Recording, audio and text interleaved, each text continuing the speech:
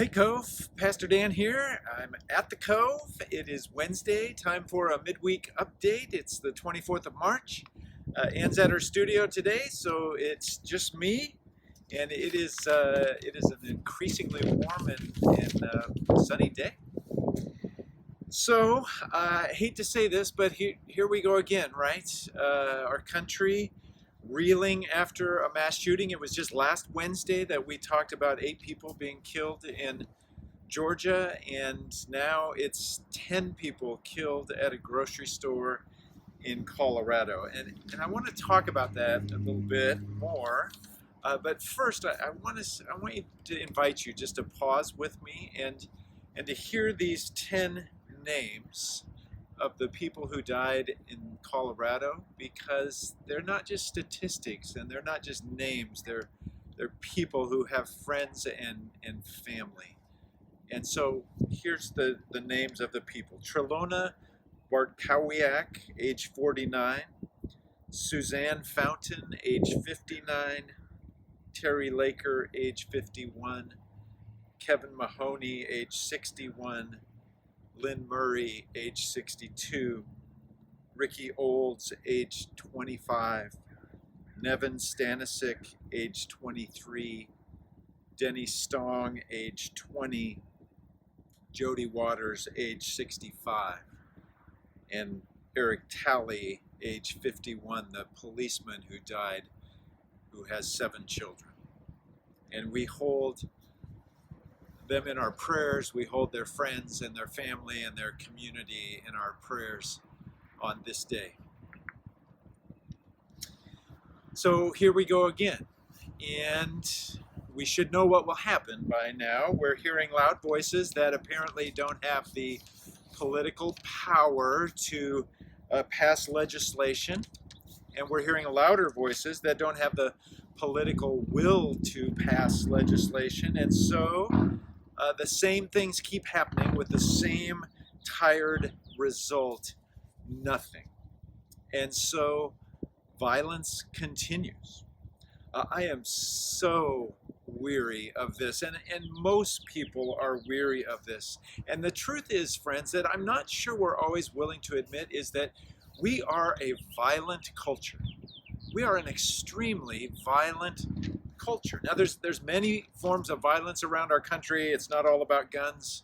But let's just pause there for a second, and then I have a couple of suggestions. The truth is that about 100 people a day die in the United States from gun violence. 100 people. That's about 20% of the daily total in the world. But we're only 4% of the world population.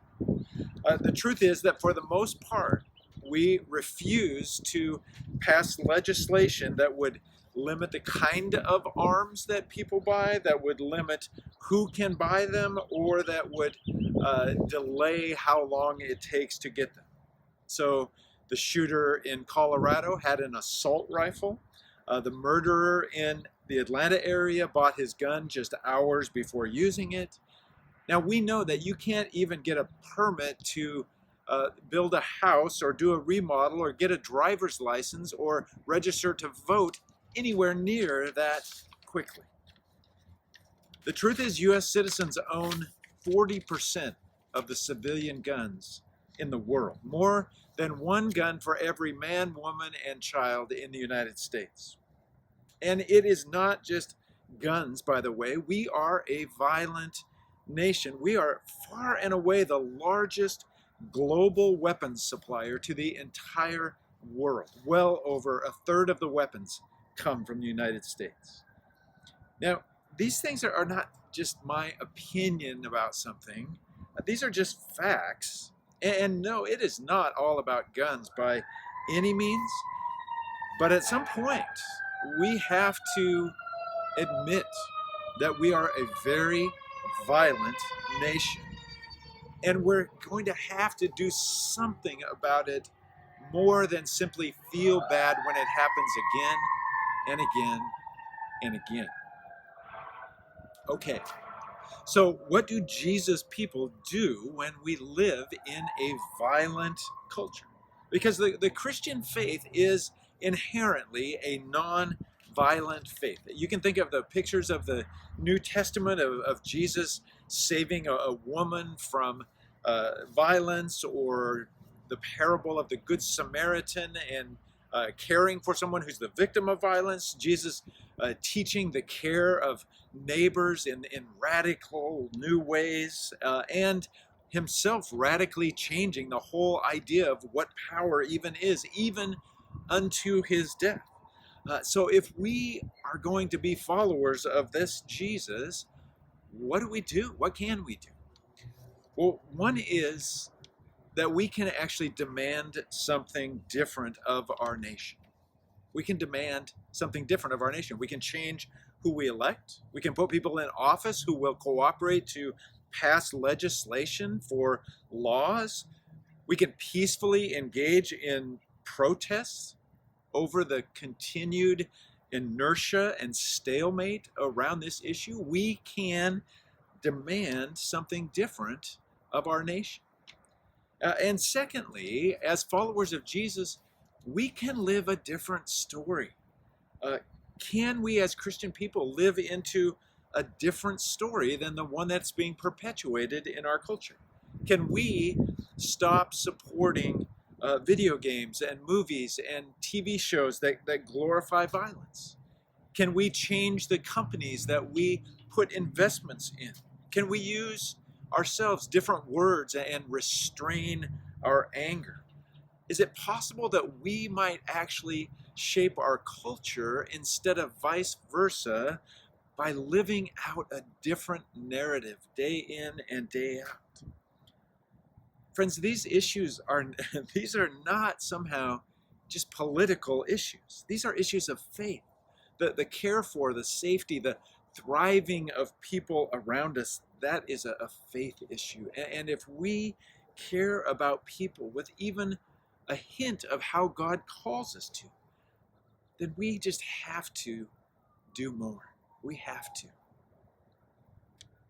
Now, it seems ironic, I guess, is the word to me, that we're talking about this as we approach Holy Week, and this gospel story of God somehow transforming the worst evil and violence that human beings could do, and transform that into the amazing message of salvation and forgiveness in Christ.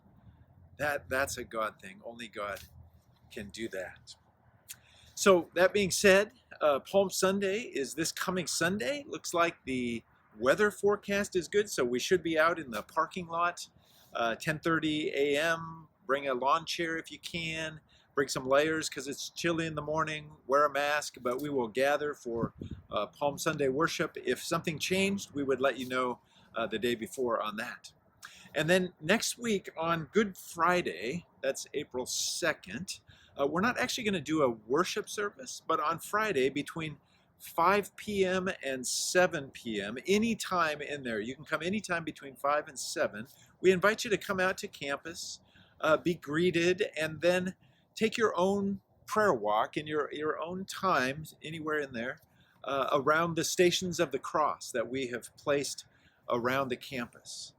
So you'll be able to pray, to read the scriptures. There's a sheet for that, to pause and to sort of relive or re-walk Jesus' journey to the cross. So that's on Good Friday. We'll also have the sanctuary just silent and open if you want to just sit and pray for a bit in there. Distanced, of course, but that may be a good thing. And gosh, we haven't been able to be in the sanctuary for a long time together. So that will be available as well. So we'll be here between 5 and 7, and come any time in there. It's actually better if everybody doesn't come at 5 so that we can distance, and also so that you can have kind of your own pace and your own time in walking the stations. So that's things for today from the Cove.